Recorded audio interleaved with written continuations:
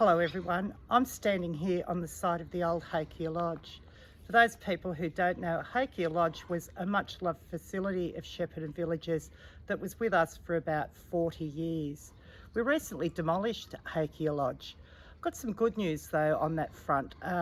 We're going to proceed with the development of 12 new independent living units to add to the independent living units here at Tarcoola Village. And I know many people are very pleased about that development. You know, like Hakea was a much loved home for many people. Many people still talk about Hakea. Our staff, residents had held a very dear place in their hearts. And we've also got some additional land left over, and as we've talked about in the past, we are looking at redeveloping the old Acacia House, which was next door to Hakea Lodge.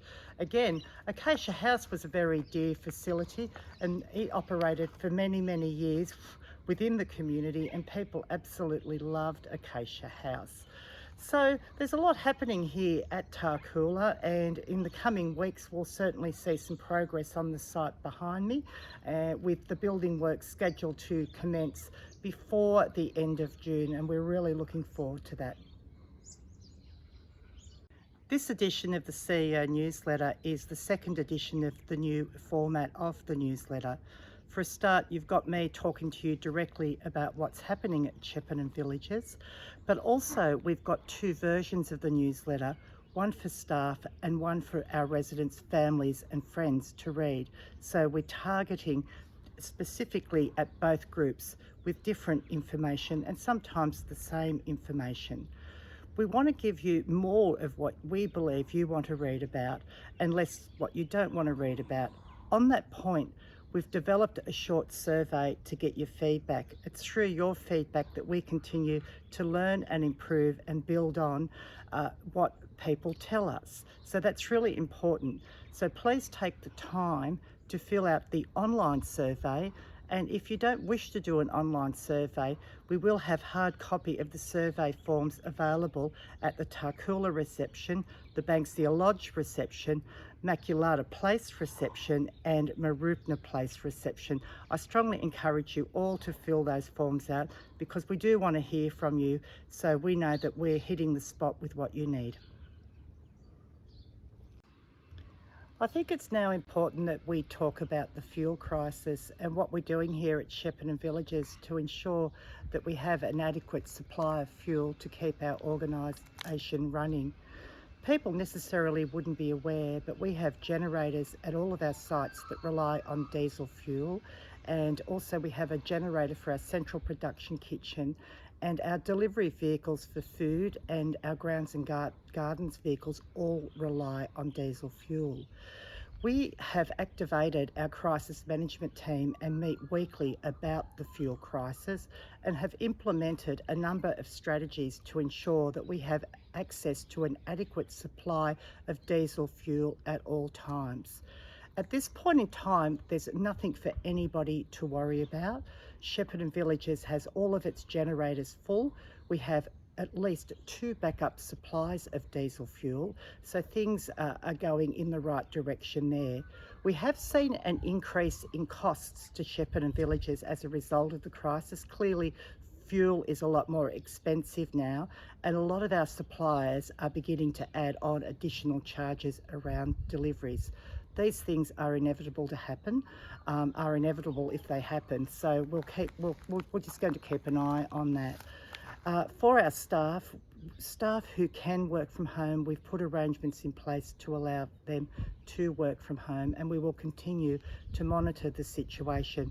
As everybody's aware, things with the fuel crisis can change on a day-by-day basis, so let's hope things keep progressing in the right area, not just for Shepparton Villages, but for our community and the wider Australian community. As always with our staff, there's lots of good things going on. I'm really pleased to report that in recent weeks we've had a number of celebrations to celebrate the diversity of our staff and also to celebrate the achievements of our staff. I'd particularly like to pay tribute to Wanapa Foitong Belle Swan, who organised the Clinical Nurses Forum, which was very, very well attended and very, very well received. On a wider note, our staff continue to undertake lots of training and development, and that's really evident by the results we're seeing on people's appraisals and also on their training and development activities. I've taken time to actually nominate the entire Shepparton Villages team for an Excellence in Care award with HESTA. The nomination went in 2 weeks ago, and we won't know until July if we've been shortlisted or not. I'm quietly confident that we will get shortlisted, but if we don't, I believe it's important that we recognise and continue to recognise the significant contribution of our team to the work of this organisation. After all, there is no I in team, and we all need to continue to work together to make Shepparton Villages a great place to live and work. In the last couple of months, we've had some great events for our residents. We've seen celebrations for St. Patrick's Day, Easter and Anzac Day. There's some lovely photos of these events, and it's really heartening to see the joy on residents' faces being able to participate and celebrate things that are significant and have great meaning to them. More recently, for our staff and for our residents, we've had Harmony Week. Again, celebrating various cultures from around the world and giving people the opportunity to experience different cultures. It was really nice to see the fortune cookies that were out and about. So I hope people got to have a fortune cookie, and I hope you get good fortune going forward. And on the subject of Harmony Week, armchair travel continues for the residents of Shepparton Villages, and it's wonderful to see our residents being able to visit many, many countries across the world and participate and learn more about what happens outside of Shepparton and indeed beyond Australia. Now, we've got a few little surprises coming up for you. For our staff profile, we're going to profile a long-term staff member who's contributed significantly to Shepparton Villages in a number of roles over the years. I'm not going to say any more, but I'm really thrilled that we're profiling this person, and she has contributed a lot to the organisation, and I hope she continues to contribute to a lot to our organisation going forward. In terms of residents' profiles, we're profiling a new resident and we'd like to introduce her to you, so please take the time to read this. Lastly but not leastly, we're going to talk and introduce you to our new facility manager down at Banksia Lodge. Again, not a new face, but someone who's moved from Marupna Place over to Banksia Lodge. So you need to go and read that newsletter. It's great news for Banksia and great news for Shepparton Villages. There's lots of good reading in this edition, and I'd like to thank our residents, our staff and our volunteers for their contributions over the last couple of months. I'd also like to take this opportunity to remind staff about vaccination. I think it's really, really important that people take up the opportunity of vaccination, and there's plenty of places where you can go and get vaccinated for flu and for COVID.